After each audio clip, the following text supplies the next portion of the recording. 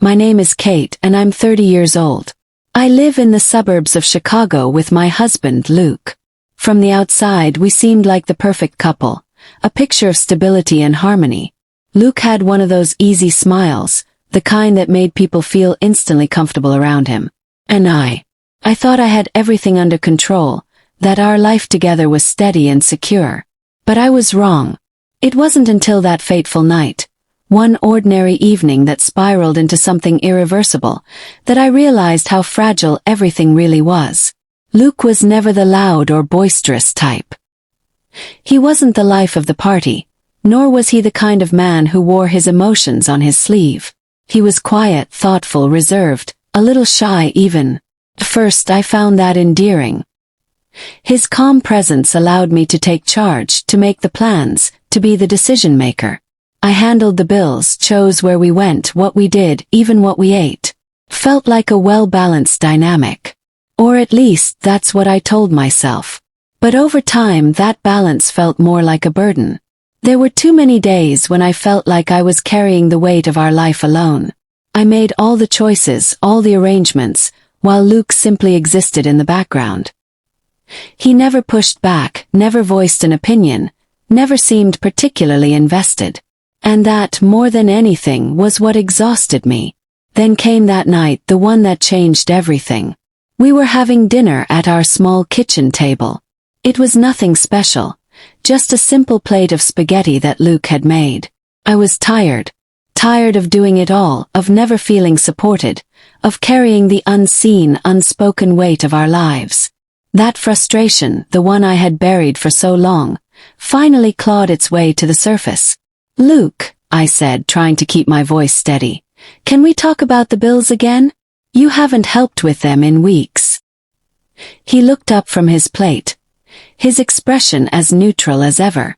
"I'll get to it," he said, his voice soft, measured. "I didn't think it was urgent." That was it. That single phrase, "didn't think it was urgent," ignited something in me. "You never think anything is urgent," I snapped, my voice rising before I could stop it. "I do everything around here, Luke. I take care of the bills, the house, us. And you just sit there acting like everything is fine. You're useless sometimes. You don't even notice what's happening." The words escaped before I had the chance to pull them back, and the moment they hung in the air, I felt a deep, suffocating regret settle in my chest. I expected him to react, to defend himself, to push back, to fight. But he didn't. Luke didn't flinch. He didn't get angry. He just stared at me with those tired eyes of his, eyes that held something I couldn't quite name, something like resignation. "I'm sorry," he said quietly, pushing his plate away. "I didn't realize you felt that way." That was all.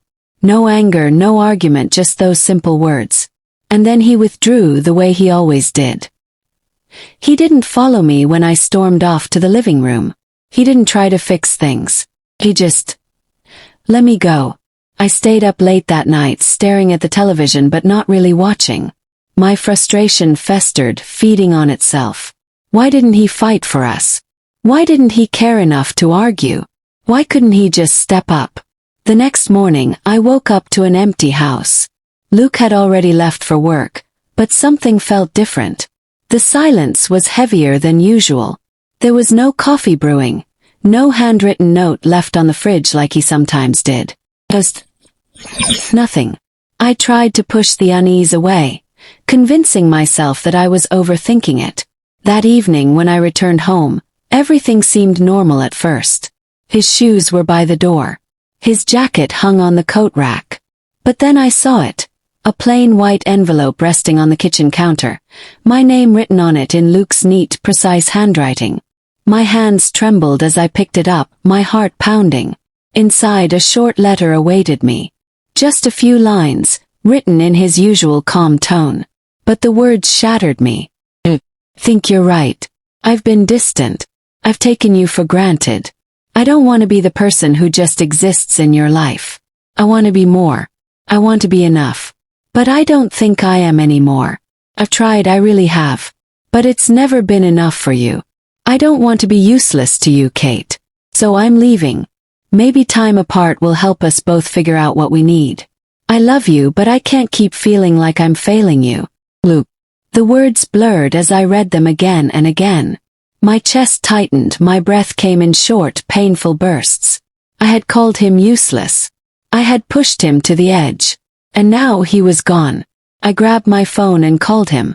It rang and rang, the silence stretching into eternity before it went to voicemail. My voice trembled as I left a message. Luke, please come back.